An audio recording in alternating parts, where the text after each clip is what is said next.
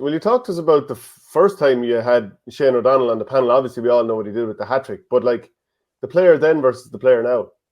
Yeah, and I think I think you mentioned it there though. Like, you know, he's bulked up something unreal. You know, when Shane came on the scene, like he was a real athletic. He was agile, but he was quite slender. You know, like he was that kind of rangy, arms and legs everywhere. But like he knew he was in control of them. You know, but like, you know, we didn't kind of know what was going to happen next. You know, he was phenomenal. But like I think what people are starting to see now, and we saw from a very early age, like, is his ball winning ability.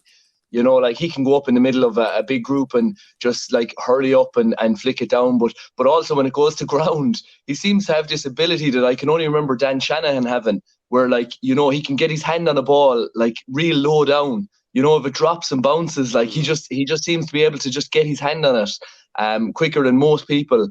And once he has the ball in his hand, then his intelligence is just phenomenal. I actually think it's because of that then that he's able to bring in the likes of, you know, David Fitz and Tony around him. You know, he's a dream to play with. I've said this numerous times because Shane doesn't think about, you know, headlines or scores or, you know, he just seems to make the right decision all the time. But that springs, I suppose, from his intelligence, I suppose, off the field as well as on the field. You know, he's a real bright guy, and for the young lads to see Shane O'Donnell and have him around is absolutely brilliant. You know, I think if he arrived on the first day before the Munster Championship, I'd start him. You know, I don't think it would make a difference what he's done because he looks after himself so well.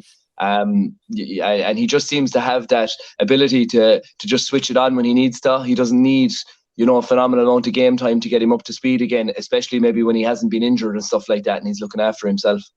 But no one could do, Shane. He went to Harvard. He went to Harvard in 2019, came back and was man of the match in the first round against Waterford down in Walsh Park. He was unbelievable the other night. He was probably he's quiet by his standards, maybe the first day out against Tip. Last year he did his best championship ever, having not played league. Like, that's freaky kind of territory. Like, that's a bit of a freak of a player that can actually go and do that type of thing. Yeah, I remember interviewing him several years ago and asking him what he was into outside of hurling, and he said this video game called Dota, which I've never played, don't know what it's about, but anyway, I'd say he's a sort of a cool enough type of dude.